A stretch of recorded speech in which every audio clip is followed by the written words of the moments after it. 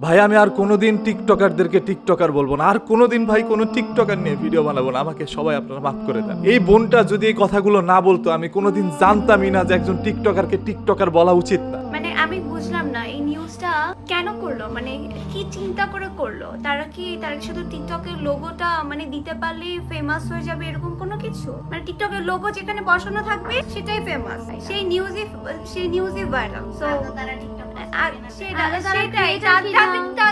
তাদের টিকটক আইডির ফলোয়ার বা কত? 2টা।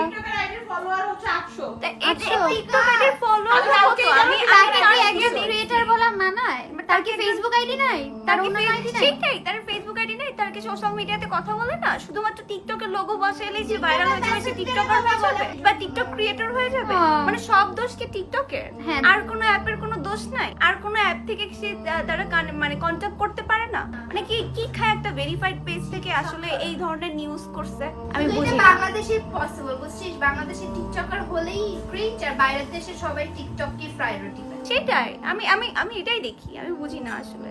আজকে আমার চোখ খুলে গিয়েছে, হয়তো এই ভিডিওটি দেখে আপনাদের লুঙ্গি খুলে যেতে পারে। আসলে আপুটি যে কথাগুলো বলেছে প্রত্যেকটা কথার মধ্যে কিন্তু ভাই যুক্তি আছে, আর সেই যুক্তিগুলো আপনারা অনেকে মেনে নিতে পারছেন না। একটা মেয়ে ধরেন আরেকটা ছেলের সাথে টিকটক থেকে সম্পর্ক হয়েছে, এই জন্য কি আপনি তাকে টিকটকার বলবেন? তার ফলোয়ারই ভাই কত? ও তো শুক্রে 8 দিন মনে করে লিঙ্কটি খুলে তারপর নাচানাচি শুরু করছিল। আর যারা সেই অতীত থেকে মনে করে নাচানাচি গাওয়াগাই করে আসছে তারা হচ্ছে টিকটক। এই মেয়েটার ফলোয়ার হয়েছে 200-300, আপনি ওকে এক টিকটকার হিসাবে ট্যাগ লাগাই দিলেন। এতে করে অন্যান্য টিকটকারের অপমান হচ্ছে, যার কারণে তারা লাইভে এসে প্রতিবাদ করছে। প্রতিবাদের গর্জন প্রত্যেকটা টিকটকারের ঘর থেকে শোনা যাচ্ছে। এইটার পিছনের রহস্য কি? এই যে প্রত্যেকটা নিউজ চ্যানেলগুলো কি করছে, সবাই এসে বলতেছে ও একজন টিকটকার, ও একজন টিকটকার। নিউজ চ্যানেলগুলো কেন তাদেরকে টিকটকার বলে? আবার হেডলাইনের মধ্যে লেখা থাকে একটা টিকটকার মেয়ে ভেগে গেছে, একটা টিকটকার ছেলে ভেগে গেছে। আপনারা কেন তাদেরকে মেয়ে ছেলে বলতেছেন ভাই? টিকটকার কোনোদিন কোনো জেন্ডারের প্রমাণ হয় না, ওরা সর্বশেষ একজন টিকটকার, এটাই হচ্ছে ওদের পরিচয়। ধরেন যার টিকটকের মধ্যে ফলোয়ার বেশি সে হচ্ছে কথিত বা প্রকৃত টিকটকার, আর যার ফলোয়ার কম সে টিকটকার। এখন সাংবাদিকদের মনে হয় মহা ভুল হয়ে গেছে ভাই। এই আপুটা যেভাবে কথাগুলো বলতেছে, যেভাবে প্রতিবাদ করতেছে, মনে হচ্ছে খেয়ে ফেলবে সবকিছু। সাংবাদিকদের বিরুদ্ধে গিয়ে দাঁড়াচ্ছে একটা ভেরিফাইড পেজ থেকে কিভাবে বলে এই মেয়েটা টিকটকার? মানে টিকটকের একটা লোগো লাগাই দিলে হইলো, আর তার পিছন থেকে কে বা কারা যেন বলছিল। আমি বুঝি না। বাংলাদেশে পসিবল, বুঝছিস? বাংলাদেশে টিকটকার হলেই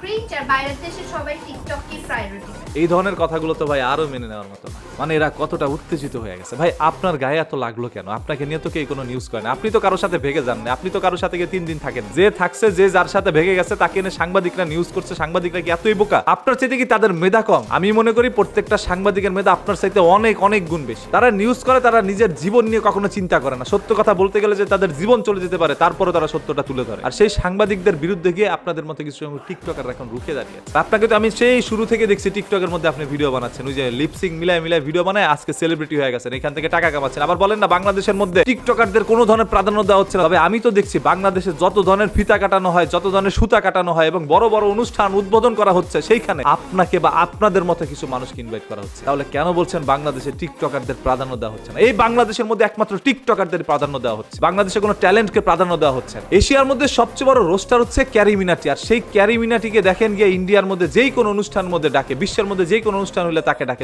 বাংলাদেশের রোস্টারদের কথা বাতি দিলাম, অনেক ভালো ভালো কন্টেন্ট ক্রিয়েটর আছে যারা এই সমাজের মধ্যে প্রাধান্য পাচ্ছে না, তবে কন্টেন্ট ক্রিয়েটররা এই সমাজের মধ্যে ঘুরে বেড়াচ্ছে মাথা চাড়া দিয়ে। আসলে কি জানেন, দিন শেষে তাদেরকে নিয়ে কথা বলতে গেলে নিজের লজ্জা লাগে। কাকে নিয়ে কথা বলছে? আমি কখনোই কোনো মেয়েকে নিয়ে ভিডিও বানাইতে চাই না, তবে এই সকল মেয়েরা কেন এই ধরনের কথাগুলো বলে? তবে একটু চিন্তা ভাবনা কইরা কথাগুলো বললেন, আপনার গায়ে কেন বিষয়টা মাখাইলেন? ওই মেয়েটার পরিচয় হয়েছে ছেলের সাথে টিকটকে, তাহলে সাংবাদিকরা কি বলবে? একটা বাচ্চা মেয়ে টিকটকের মধ্যে ভিডিও বানাইছে, আর একটা ছেলের সাথে টিকটকের মধ্যে আসক্ত হয়েছে, আর যত ধরনের নোংরামি চলছে টিকটকের মধ্যেই চলছে। আসলে দেখেন যারা টিকটক থেকে উঠে আসছে এরা কি করছে, বরঞ্চ মনে করেন শরীরটাকে ঢুলায় ঢালায় নাচছে আর গানের সাথে মুখ মিলাইছে। এই ছাড়া তাদের ক্রিয়েটিভিটি আমি মনে করি আর কিচ্ছু নাই।